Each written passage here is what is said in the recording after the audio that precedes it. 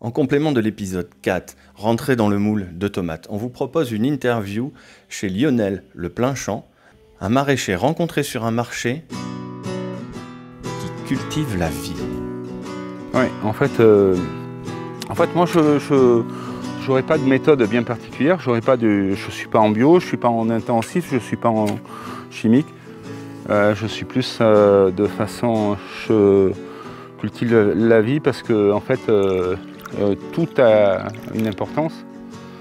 Et en fait, c'est pour ça que je travaille sur la biodiversité parce que tout le monde a sa place ici. Et en fait, si tout le monde a sa place, on a beaucoup moins besoin de traiter parce qu'on est dans l'équilibre. Pour travailler sur la vie, en fait, il faut pas utiliser des produits de mort. Donc que ce soit en produits bio ou non bio ou chimiques, c'est-à-dire les insecticides. Parce qu'aujourd'hui, on est arrivé, hier on est arrivé au summum de la chimie et puis là maintenant on est à fond dans le bio et je pense qu'il faut faire attention parce qu'un produit qui tue bio ou chimique c'est le même résultat pour la vie, quoi. Ça doit quand même pas être évident de s'en sortir aujourd'hui avec ta méthode, quand même tu travailles beaucoup à la main si j'ai bien compris. Beaucoup toi-même, voilà, sans grosses machines, sans monoculture. Le plus dur, c'est pas de s'en sortir, c'est la reconnaissance. Je pense que c'est le plus difficile de ça, parce qu'en fait, moi, je suis à côté de tout le monde et je ne suis pas reconnu ni en bio ni en intensif parce qu'il y a de l'herbe dans mon truc et c'est pas pour rien. Mais par contre, la seule reconnaissance que j'ai, c'est de voir par exemple, cette année, il y a une nichée de perdreaux qui s'est installée, et ça faisait 50 ans qu'ils ne s'en étaient pas installés. Donc voilà, c'est tous les jours je vois le résultat, la reconnaissance, mais c'est la nature, quoi. Ouais, c'est la reconnaissance de la nature là.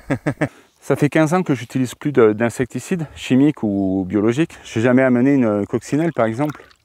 Et à Charolles, il y a beaucoup de gens qui venaient chercher des coccinelles parce qu'il y en avait des millions et des millions parce que la nature, elle reprend toujours ses droits. Il faut faire attention surtout aux plantes invasives et pas tomber dans la monoculture. C'est-à-dire, j'avais vu une de tes vidéos sur la forêt et c'est vrai que la monoculture de frêne, ou de Douglas, c'est pas bien. Ça tue, c'est vrai que c'est des milieux où il n'y a pas de vie. Il n'y a pas de vie. Quelles sont selon toi les difficultés aussi qu'ont les agriculteurs justement qui aujourd'hui sont allés vers la monoculture, vers l'industriel quoi finalement, vers le hors-sol? En fait, quand on est paysan, c'est difficile, c'est assez pénible, il faut y être tout le temps.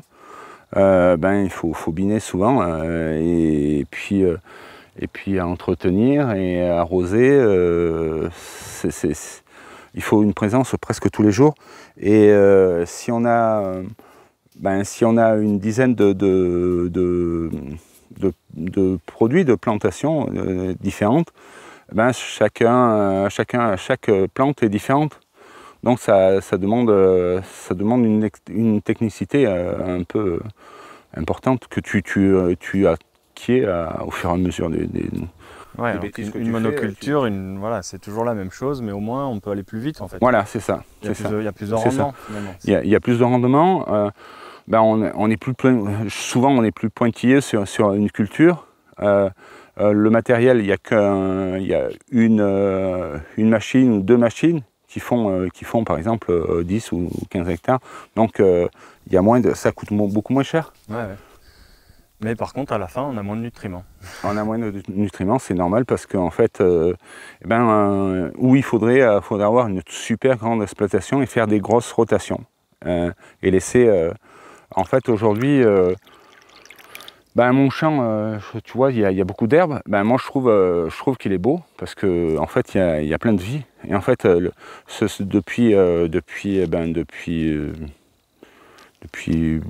c'est un peu le capitalisme qui veut qu'un jardin propre, joli, il n'y ait pas une herbe.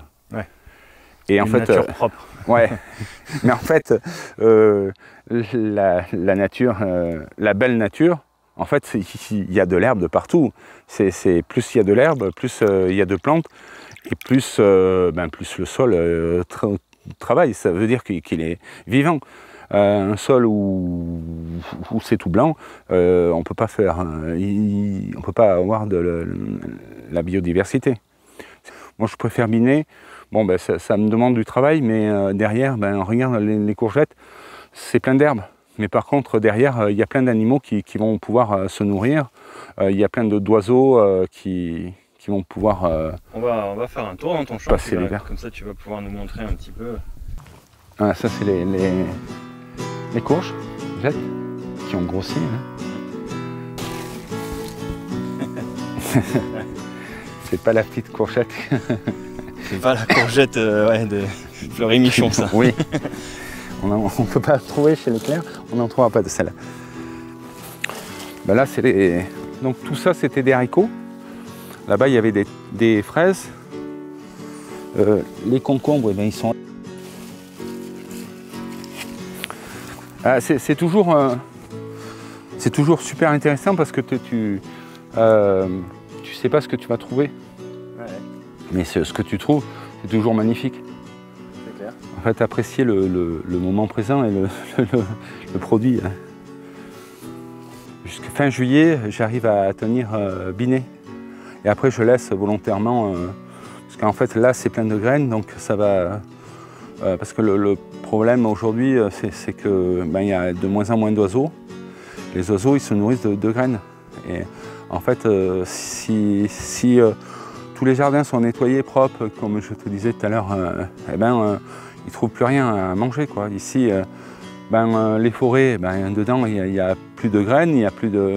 C'est ce que tu as prouvé dans tes vidéos sur le douglas et le frêne, et dessous, il n'y a rien qui pousse.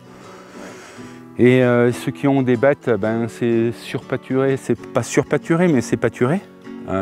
Donc du coup, les bêtes, elles mangent les graines, et donc du coup, on n'a plus de... on n'a plus de vie, ouais. On n'a plus de vie. C'est temps de s'en rendre compte, ouais. Donc il faut des un peu couillons qui travaillent comme moi. La biodiversité, c'est tolérer qu'il y a tout. Et tout, c'est pas toujours bon, c'est pas toujours ce que tu voudrais, tu voudrais.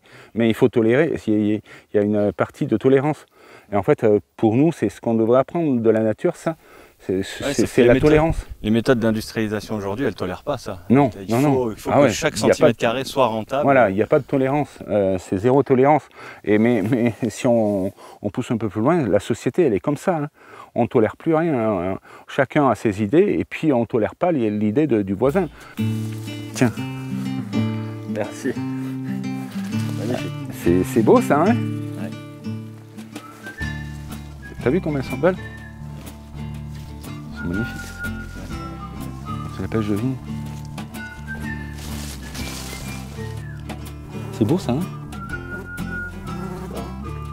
Ouais. Ouais, qui pousse dans le sol du coup. Donc après ça fait un petit haricot qui va descendre dans la terre et qui va grossir. Et après, ça va faire la cacahuète. Donc là il y a du poivre des moines.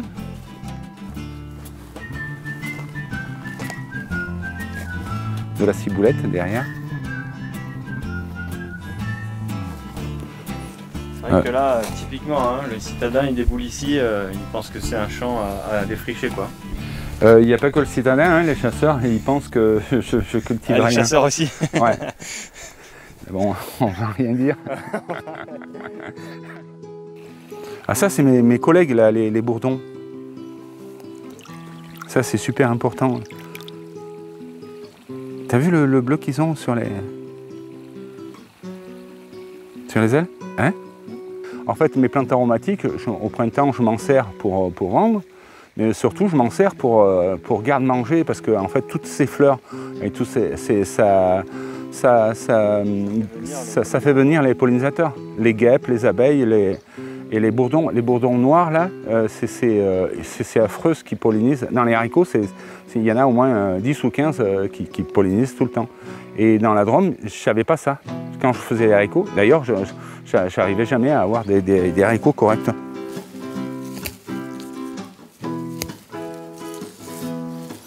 Ça, c'est la menthe chewing-gum. Ça, c'est la menthe marocaine. Et ça, c'est du coriandre. C'est l'or du jardin. C'est vraiment la caverne d'Ali Baba chez toi, ton champ.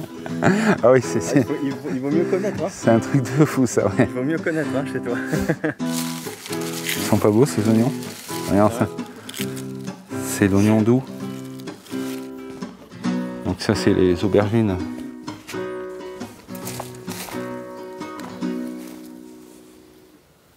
Goûte-moi ça. Ben, en fait, là, il y avait... J'en ai pas bien, j'en ai...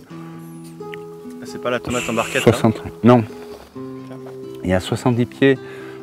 Donc il y avait des cœurs de bœuf, des tomates cerises, des noirs de Crimée et puis la Guenzeva. J'aimerais bien t'en faire goûter une petite... une cœur de bœuf de plein champ. Hein. C'est... Ouais, non, mais la différence, c'est incroyable. Ouais, bah, le problème, c'est que... C'est magnifique. Mais qu'ils aillent se faire foutre avec leur serre de 15 000 hectares là. Et voilà. Bah, le résultat, c'est que peut-être que ça demande beaucoup de travail, mais de toute façon, tôt ou tard, bah, la nature, elle te le rend.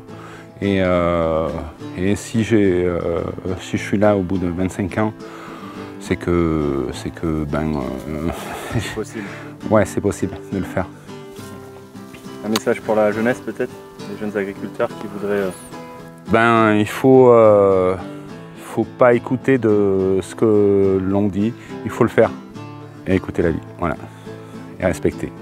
Merci Lionel. De rien. Lionel qui voulait généreusement m'offrir cette magnifique cagette de fruits et légumes, mais en fait je lui ai fait un échange en lui ouvrant un portefeuille en monnaie libre, lui expliquant un petit peu ce que c'était et lui permettant ainsi de commencer très prochainement ces nouveaux échanges avec nous. C'est peut-être pas spectaculaire, et ça change peut-être pas le monde tout de suite, mais en tout cas pour nous, déjà ça change beaucoup. Merci aussi nouveaux tipeurs du mois de septembre. Tout doucement mais sûrement, nous espérons de nouvelles petites contributions pour nous permettre de continuer. Retrouvez tous les liens sous la vidéo. Et à vendredi pour un nouvel épisode d'un monde fou.